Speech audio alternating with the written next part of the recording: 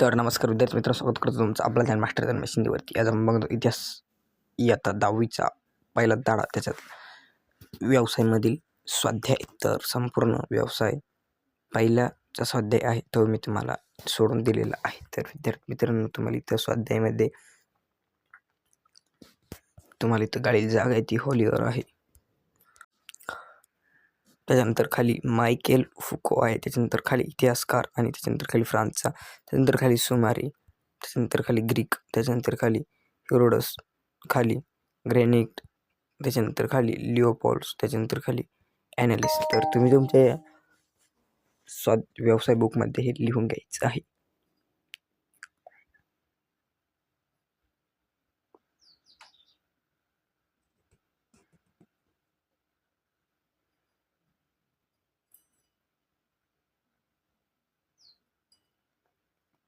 त्यानंतर खाली तुम्हाला सांगितलं आहे की पुढील प्रत्येक गटातील चुकीची जोडी ओळखून लिहा. तर तुम्हाला काही इथील याच्यात चुकीची जोडी तुम्हाला ओळखून लिहायची आहे. तर पहिलीची चुकीची जोडी Karl Marx discourse on the method, जी शेवटची चुकीची जोडी ती चुकीची जोडी आहे. त्यानंतर खाली याची पण जी जिवंत असतो द रेनॉक, याची जी तिसरी जोडी ती चुकीची आहे. त्यानंतर खाली तुम्हाला इथं काही पुढील संकल्पना पूर्ण करायला लावली आहे. ती पुढील संकल्पना पूर्ण करून मी तुम्हाला दिलेली आहे. ती तुम्ही तुमच्या व्यवसायामध्ये लिहून घ्यायची आहे. तर पहिलेच आहे रेनो देकर, दुसरी बॉक्समध्ये आहे जॉर्न बेलम हिक्स हेंगल, त्याच्यानंतर इथं लिओनॉर फॉन रॉके, त्याच्यानंतर इथं हॉलियर. अशी तुम्हाला ही युरोपातील महत्त्वाचे विचारवंत लिहायचे होते. त्याच्यानंतर खाली इथं 2मध्ये तुम्हाला भ्रष्टाचारशास्त्र, वंचितांचा अभ्यास, त्याच्यानंतर अभिलेखागार, हस्तिलेखांचा अभ्यास असं लिहायचं होतं.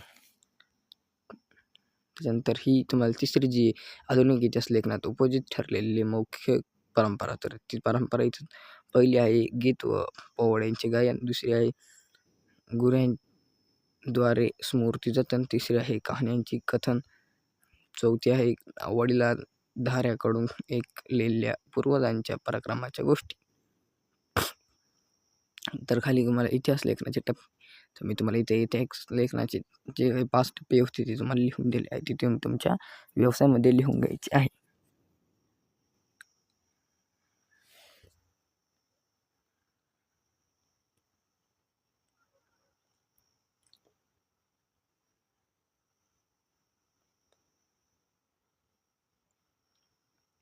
त्याच्यानंतर खाली तुम्हाला इथं प्रश्न 4मध्ये तुम्हाला सांगितलं की थोडक्यात टिप मारल्या तर दवंदावची जी टिप होती ती मी तुम्हाला इथे लिहून दिली. दवंदावचं जे उत्तर आहे ते उत्तर इथे तुम्ही बघू शकता, इथं पॉईंट टाकून उत्तर तुम्हाला लिहून दिलेलं आहे. ते तुम्ही ते तुमच्या पत्रिकेमध्ये लिहून घ्यायचं आहे.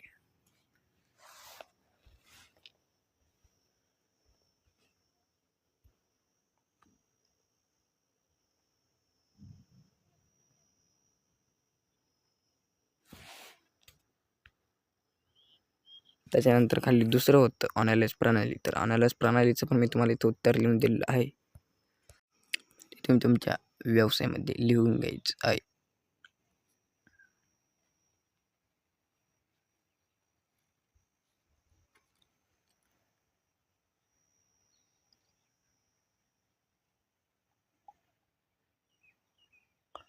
त्याच्यानंतर खाली मायकेल फुको, तर याचं उत्तर आहे मायकेल फुको या 20व्या शतकात होऊन गेलेल्या प्रसिद्ध फ्रेंच इतिहासकार होता.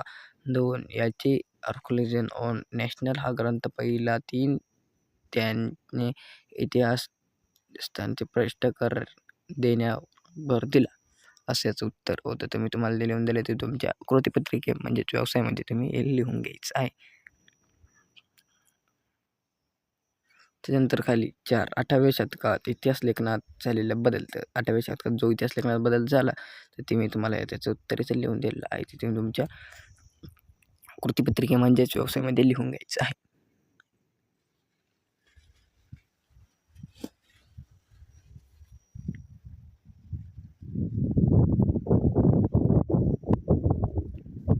त्याच्यानंतर खाली 5मध्ये तुम्हाला सांगितलं आहे की इतिहास लेखन जे पण तुम्हाला इथं काही मुद्दे लिहायचे होते तर मी तुम्हाला ते इथे लिहून दिले आहे. मुद्द्यानुसार इथं 1 मुद्दा टाकला, इथं 2, इथं 3, इथं 4 अशा मुद्द्यानुसार मी तुम्हाला हे लिहून दिलेलं आहे. तुम्हाला जर मुद्दे नसेल तर हा 1, 2 तुम्ही टाकायचा नाही. तर मुद्द्यांमध्ये हवे असेल तर तुम्ही हा 1, 2 टाकायचं आहे. तर मी तुम्हाला लिहून दिलं आहे. तुम्ही तुमच्या कृतीपत्रिके म्हणजे व्यवसाय मालेमध्ये लिहून घ्यायचं आहे.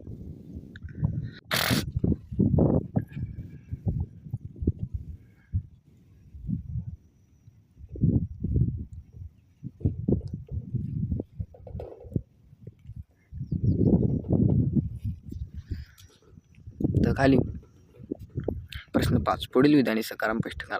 तर जे पुढील काही विधाने आहेत ती सकाराम तुम्हाला स्पष्ट करायला लावलेली आहे. तर पहिलं आहे स्त्रियांच्या आयुष्याशी निगडीत विविध पैलू विचार करणारे संशोधन सुरू झाले. तर पैलू विचार करणारे संशोधन सुरू झाले तर त्याचं उत्तर मी तुम्हाला इथे दिलेलं आहे. तर ते तुम्ही तुमच्या व्यवसाय मालेमध्ये लिहून घ्यायचं आहे.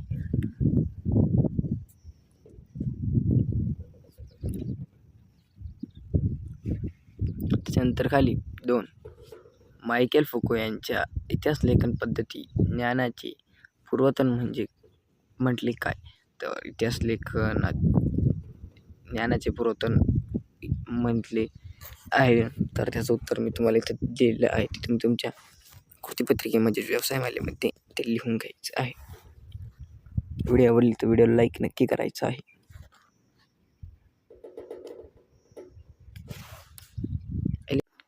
त्याच्यानंतर खाली 3मध्ये तुम्हाला इथं सांगितले इथे संशोधनात प्रयोग पद्धती व निरीक्षण पद्धती वापर करता येत नाही. तर त्याचं मी तुम्हाला इथं उत्तर लिहून दिले ते तुम्ही तुमच्या व्यवसाय मालेमध्ये लिहून घ्यायचं आहे.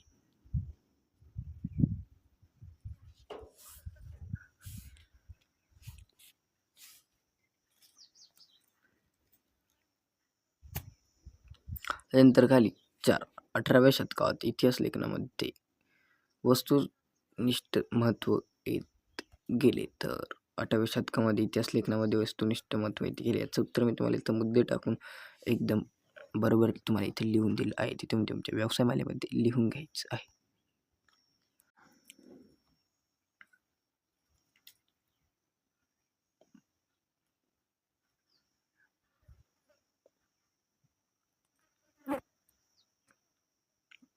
त्याच्यानंतर खाली 5 हॉलियर याला आधुनिक इतिहास लेखनाचं जतन असे म्हणतात. जतन म्हटले जाते. तर इथे थोडीशी प्रिंटिंग मिस्टेक आहे. तर तुम्हाला मी वाचून दाखवतो. उत्तर 1 वस्तुनिष्ठ सत्य आणि घटनांचा कालक्रम योग्य असायला हवा. 2 तत्कालीन समाजाच्या परंपरा, शेत, व्यापार व आर्थिक व्यवस्था यांचा विचार होणे आवश्यक आहे. 3 या त्यांच्या मतामुळे इतिहासाची मांडणी करताना मानवी जीवनाचा सर्वांगीण विचार व्हायला हवा. या नवीन विचार पुढे आला म्हणून हॉलियर याला आधुनिक इतिहास लेखन चे जतन म्हटले जाते. अशाचं उत्तर आहे. तर खाली इतिहासकार कोणाला म्हटले जाते? तर उत्तर आहे जो व्यक्ती भूतकाळातील घटनांचा अभ्यास करून त्यावर लेखन करतो त्याला इतिहासकार म्हटले जाते. त्यानंतर खाली आकृती पूर्ण करायची आहे. इतिहासकारांची लेखन कौशल्य निश्चित करणे घटना. तर ही जी आकृती ती पूर्ण करायची ऐतिहासिक दृष्टिकोन लेखनाची पद्धत. त्याच्यानंतर खाली 3 प्राचीन काळात भूतकाळातील स्मृती जतन कोणत्या गोष्टींमधून केले जाते असे. तर मी तुम्हाला त्या गोष्टी इथं लिहून दिलेल्या आहे. ती तुमच्या कृतीपत्रिके म्हणजेच व्यवसायामध्ये लिहून घ्यायचे आहे. त्याच्यानंतर खाली प्रश्न 7 पुढील प्रश्नाची सविस्तर उत्तर लिहा. 1 कार्ल मार्क्स यांच्या स्पष्ट करा. तर याचं उत्तर मी तुम्हाला इथे लिहून दिले. ते तुम्ही तुमच्या कृतीपत्रिकेमध्ये लिहून घ्यायचं आहे. एकदम बरोबर उत्तर मी तुम्हाला व्हिडिओमध्ये लिहून दिलेलं आहे. त्याकरता व्हिडिओला लाईक करून चॅनल लाईक सबस्क्राईब नक्की करा. जो काही नेक्स्ट पेजवरती पण उत्तर तुम्हाला दिसत आहे.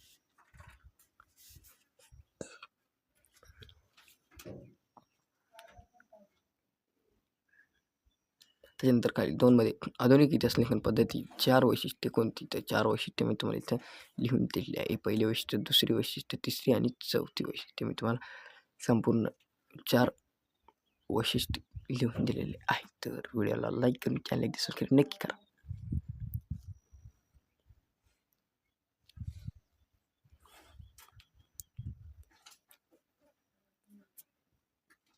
त्याच्यानंतर खाली स्त्रीवादी इतिहास लेखन म्हणजे काय?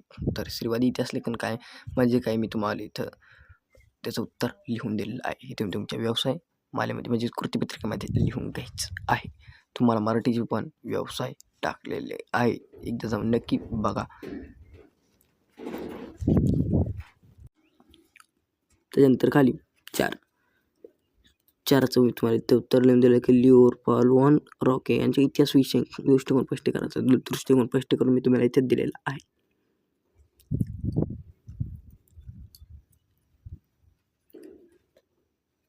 त्याच्यातनं खाली 5 रेने देकर यांची इतिहास लेखनात कोणत्या मतांचा आग्रह धरला? तर रेने देकर यांनी इतिहास लेखनात कोणत्या मतांचा आग्रह धरला याचं उत्तर मी तुम्हाला इथे लिहून दिलेलं आहे. त्याच्यानंतर खाली वैज्ञानिक ज्ञानशाखे संशोधन पद्धती आणि इतिहास संशोधनात पद्धती यामधील फरक स्पष्ट करा. तो फरक मी तुम्हाला इथं स्पष्ट करून दिलेला आहे.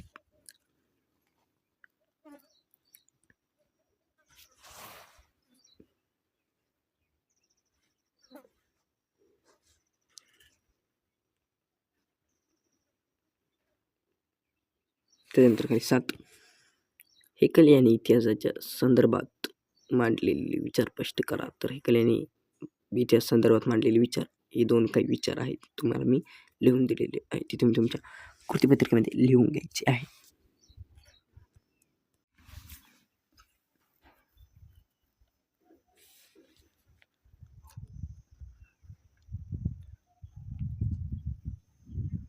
त्याच्यानंतर खाली तुम्हाला एक चित्र दिलं आणि त्या चित्राचं निरीक्षण करून त्याची माहिती तुम्हाला लिहायची होती. तर त्याची उत्तर इथे तुम्हाला दिलं आहे. तर 8 पुढील चित्रात शिलालेखाचे निरीक्षण करून त्याविषयी माहिती लिहा. तर उत्तर आहे 1 फ्रान्स येथील लुरो या संग्रहालयात यातील सर्वाधिक प्राचीन शिलालेख आहे. आणि 2 ऐतिहासिक परंपरेची लिखित नोंदी करण्यात परंपरेची सुरुवात मेसोपोटेमियन सुमेरी संस्कृतीमध्ये झाली असं याचं माहिती आहे. तर व्हिडिओ आवडल्यास तर व्हिडिओला लाईक करून चॅनलला नक्की सबस्क्राईब करून द्या जेणेकरून तुम्हाला पुढील धड्यांचा पण स्वाध्याय बघायला मिळेल. आणि मराठीची पण मी टाकलेली आहे. जाऊन एकदा नक्की आपला मास्टर तन्मय चॅनल चेक करा. ते तुम्हाला मराठी आणि इतिहास प्लस हिंदीची पण मिळेल. लोकवाणी हिंदीची पण मी टाकलेली आहे.